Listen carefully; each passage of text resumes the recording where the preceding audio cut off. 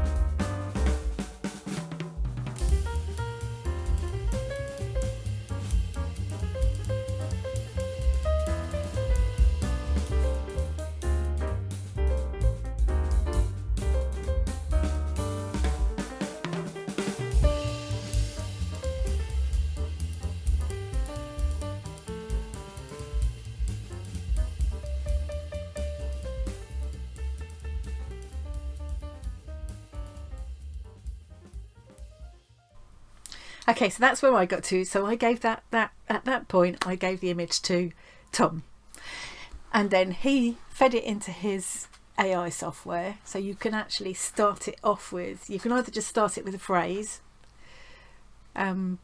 or you can give it an image to start with. So now I'm going to pop in a little speed through version of the AI process which Tom put together for me. So I'm going to put that in here.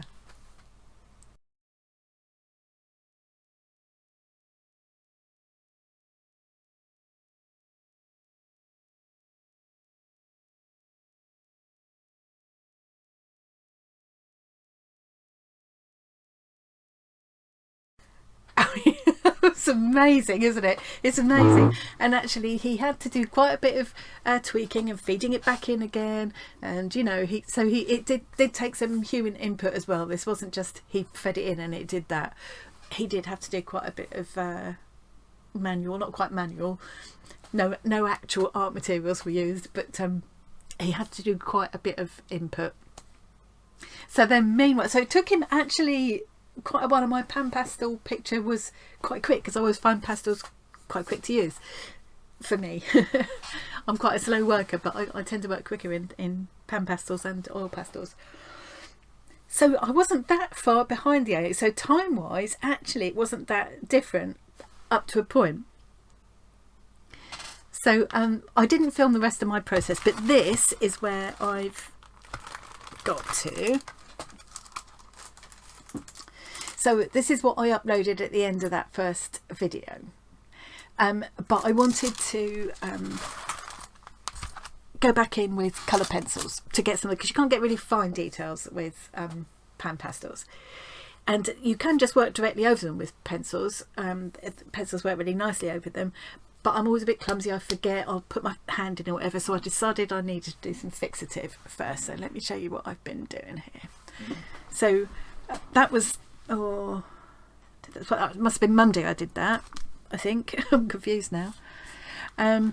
So I gave it 3 coats, I think, of this fixative. This is like a non-toxic, it's a milk protein base.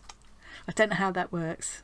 I guess if you're vegan you couldn't use it, but it's nice because it's not stinky, but it does make very big droplets, so I actually decant it into this. It's a fine hairdresser's spray, and it cost me like $3.50 or something. It wasn't a lot. So I did that, and that fixative worked really well. I tried it before on my Sennelier oil pastel piece, and it really didn't work at all, but on this it's fantastic because it's retained that lovely, this was working on pastel matte paper, really expensive but really lovely paper. So that with the pan pastels on has this lovely kind of velvety, matte velvety texture to it, which I love.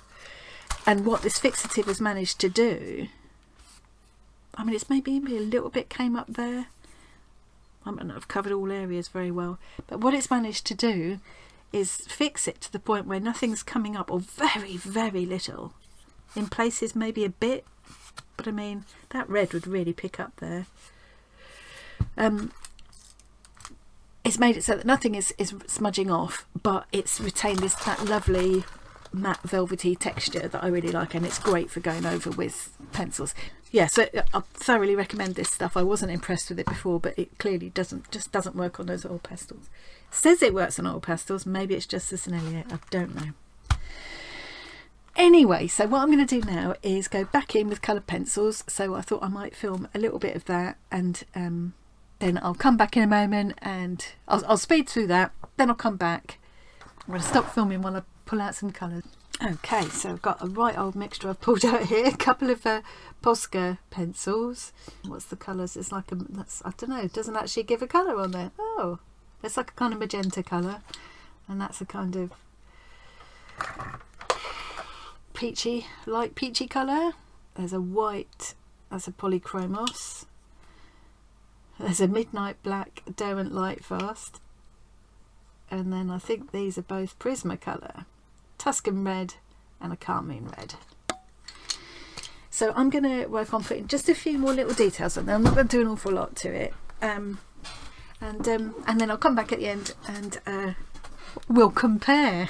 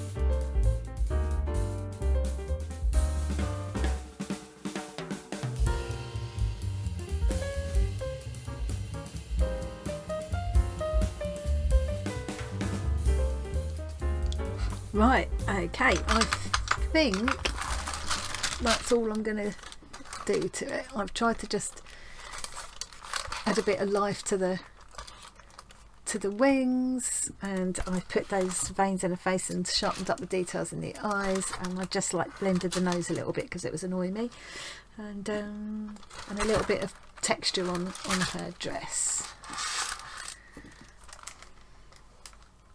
Here's my version. And let's have another look at the AI version. Hang on. Here we go. Here's the a selection of 4 that the AI came up with in the end. And I think that's the one that Tom finally went with. So yeah, interesting, isn't it? I think it's interesting how similar and yet how different they are. What I love about this one is the background. I think that background is beautiful, really haunting. And bear in mind that these aren't, the AI software doesn't take a lot of photos from other places and put them together or anything. It generates these images from scratch. I think I like the eyes I did better. I like the wings and the background much better on this. The hair is very similar. I did the sort of puppety thing with the arms, but other than that, it's very similar. Yeah, it's interesting, isn't it? It just goes to show, doesn't it? I think it's a really useful, creative tool. It's like Tom was saying the other day, it's evolving all the time. It's just gonna, I mean, where's it gonna go? If it's like this already, where's it gonna go? I just hope I live to see it. I always love a bit of new technology, but I do. At the end of the day, I do want to actually have art supplies in my hands and make, you know, to make the art with. I've never really got into digital art. I do want to have a go. Because I think it's amazing what people do, but there's nothing like getting my hands dirty, really. So what do you think? What do you reckon? Which one did you prefer at the end of the day? Would you have guessed that wasn't done by a real person? Or if I'd have done it the other way around and told you that this one was the AI and the other one was mine, would you have believed me? Anyway, that's it from me today, and I'm going to say this now for the last time. Don't forget that tomorrow is Arty Farty Party Day. Tomorrow, Saturday the 5th of November, between 2 p.m. and 4 p.m. UK time. There will be lots of guests, lots of gossip. There's a doodle along, so bring your doodling kit. Even if you've only got a biro in the back of an envelope, you can still join in. But you don't have to. Just pop in and say hi, hang out for a bit, and have some fun with us. There are lots of goodies we're going to be giving away, and it's not too late to enter the prize draw for the Squaller Box, which Squaller Box have kindly donated to help me celebrate my 1,000 subscribers on YouTube. So I will leave links to where you need to go to enter that draw, and we'll be announcing that tomorrow during the stream as well. So yeah, all the links for everything you need I will put underneath this video. Thank you very much for joining me today. I hope I'll be able to see you tomorrow at the party. It'd be lovely to see as many of you as possible. I think it should be a lot of fun. Thanks for joining me today, and I'll see you again really soon.